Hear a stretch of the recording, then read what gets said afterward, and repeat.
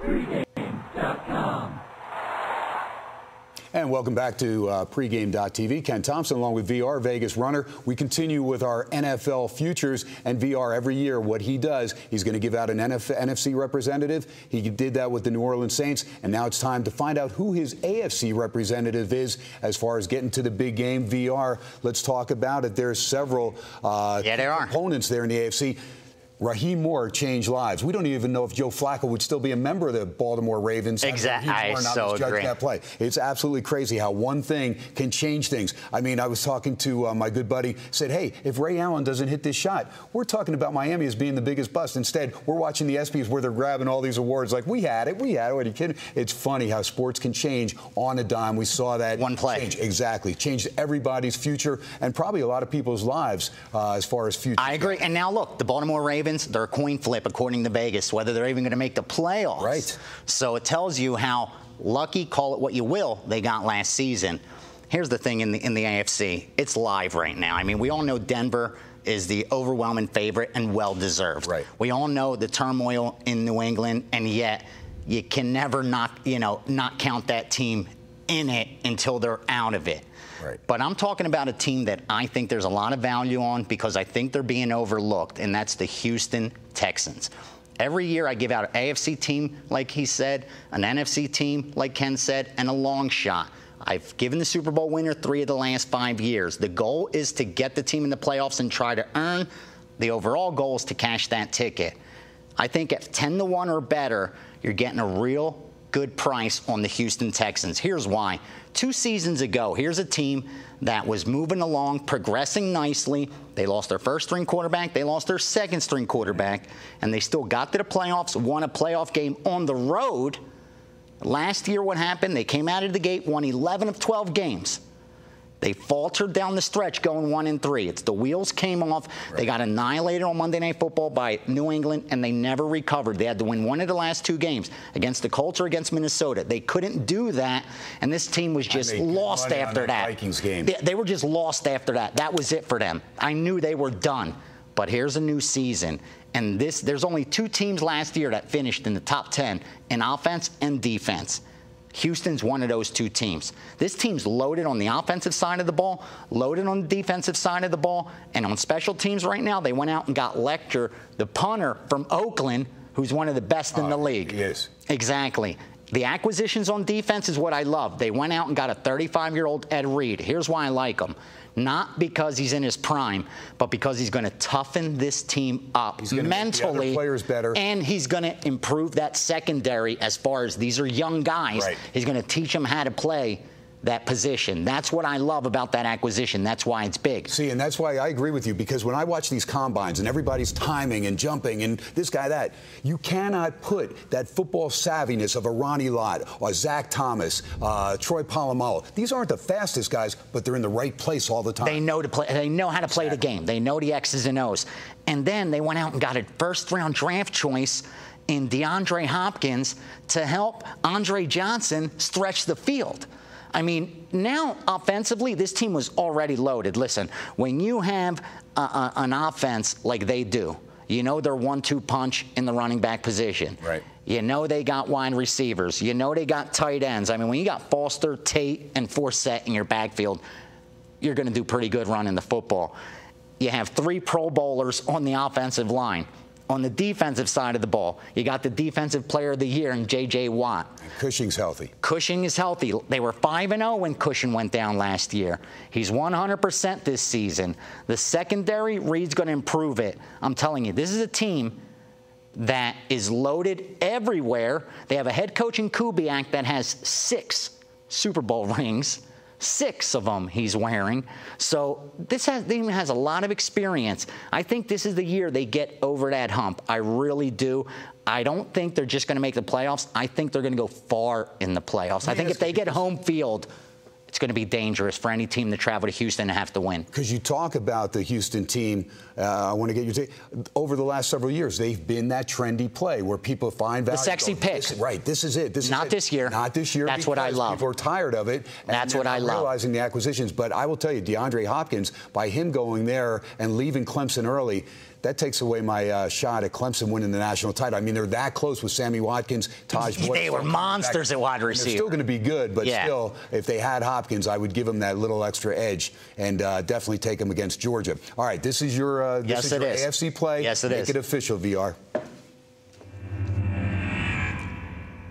Gave out the NFC representative. That's on video. Here's the AFC representative. I'm coming with the Houston Texans at 10-1 or better. Here's a team that came out of the gate 11-1 last season, and the wheels fell off. I think they've learned from that. You have Schaub, who doesn't get the respect he deserves for being a quarterback. 3 straight years he threw for over 4,000 yards. Now, all of a sudden, Andre Johnson has some help on the outside. You have 3 running backs that could all rush the football. Tate is healthy this season, so that's a 3-headed monster now. You have the Defensive Player of the Year on the defensive line. You have 3 offensive linemen that made the Pro Bowl. You have an improved secondary with Reed from Baltimore, who's going to toughen that team up, and you got a Cushion who is 100%. And now all of a sudden you add Leckler to the punting game, and this team is as well-rounded as anyone in the NFL with a strong home field advantage like they have. Look for Houston to do extremely well during the regular season, and then look for one of the only 2 teams to be top 10 offense and defense to go far in the playoffs and possibly meet my New Orleans Saints in the Super Bowl, and we'll have the AFC rep, the NFC rep, and then you could just kick back and see what ticket you're going to cash. Don't get better than that. Next week, the long shot comes out. All right, yeah, that's good stuff. Now, Houston, the one thing with them, they got to get out of the gate quick. They opened San Diego. That's a big game, a Monday night game in the doubleheader. That's the second of the 2 Monday night games.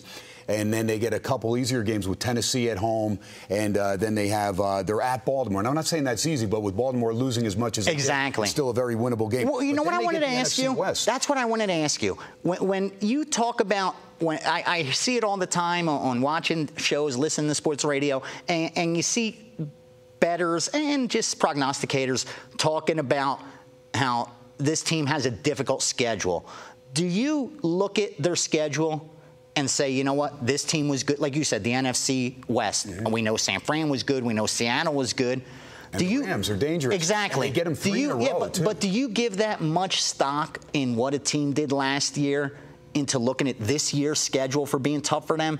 Personally, I'm more based on what does Vegas say, because they got to back their opinion with money. I like to look at like what Canner puts out. Right. You know, how many games is Houston favored in this year? You know, what do they think as far as these teams from last year? Because the average bettor, the recreational player, they're going to look at the schedule and they're going to say, wow, Seattle was tough last year. Right. You know, New England is good. We know that. The Colts were good last year. San Fran was good last year. So they look at that and it looks like a tough schedule. But to me, I want to look at what does Vegas say the line's going to be against those teams. And that, to me, gives me a better idea of what I could expect from my team. And even though Jacksonville and Tennessee get a home game with Houston, I have Houston sweeping those 2 teams. Yeah. I have them splitting with the Colts. So you're 5-1 inside the AFC South. You're off to a great start. And then you take care of business non-conference. You have your tougher games at home outside of at San Francisco. Really the only tough road game outside of at Indianapolis. So, you know, you got Oakland. Have you ever had this feeling, and I swear to you, and I should have done it in the NFC video, sometimes I get this feeling, and it's from watching so many games, from betting for so many years, and when you trust your gut, sometimes it comes out right. And you know what this feeling I had with the NFC? I said, we're going to see the rematch of San Fran and New Orleans of 2 years ago, when the Saints had to travel to San Fran and were about to get the NFC Championship game at home. Right. With 2 minutes left, they lost that game, and that was it for them.